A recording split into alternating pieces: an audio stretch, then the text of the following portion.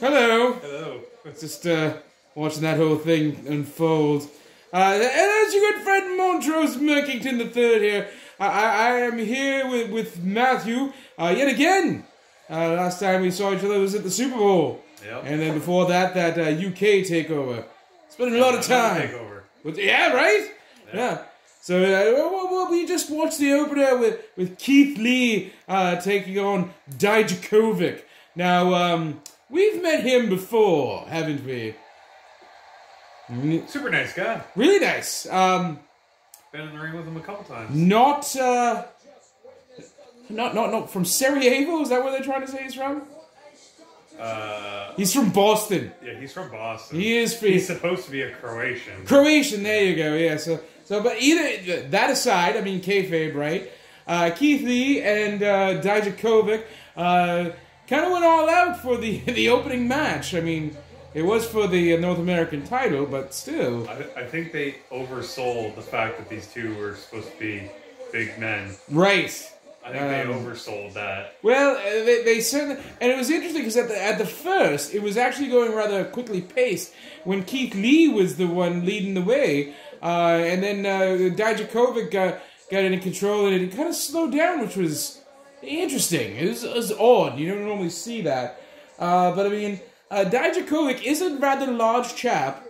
I did find, however, though he did look a little small.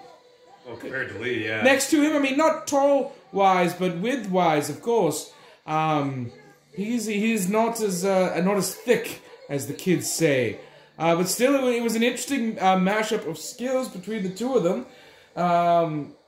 There was a rather awkward-looking corkscrew moonsault from Dijakovic, which I don't know if it was. You had said that maybe it was just because he was so tall is why it looked awkward. Yeah. But I feel there was some trepidation upon his part in that regard.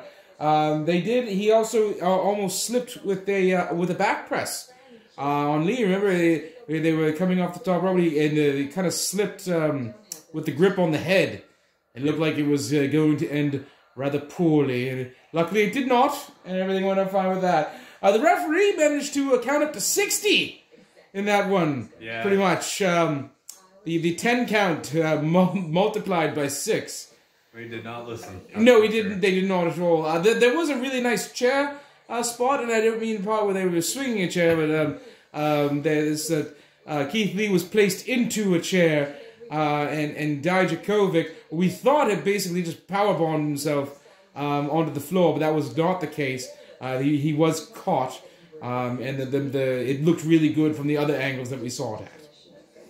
The live one. Well, yes. The live one looked like Dijakovic. It looked like, well, it was like a cannonball, and then it was bloop, flattened out.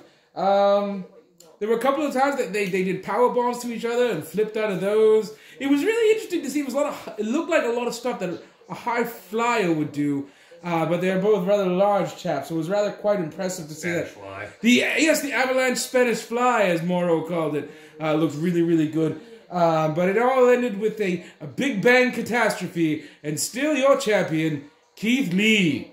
Not a bad start to old NXT here. Yeah. I mean, it's a good opening match. The ending was just a little weird, though. It was, but that's because they had several false finishes off of rather big moves. Keith Lee hit his spirit bomb, but that didn't quite do the trick. That's why he had to resort to the big bang catastrophe. Because Nikki wasn't there. Right. Well, and however many other guys. Kenny.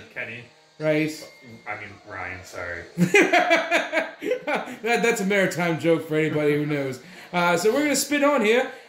We got the women up next. We have Tegan Fox. Tegan Knox, rather. Who is she taking on? Dakota Kai. There we go. That should be quite good. It's a street fight, too. Oh, my goodness. So the ladies are just... Oh, and it's already started. So thank you. More later. Oh, my goodness. She just came out of nowhere like an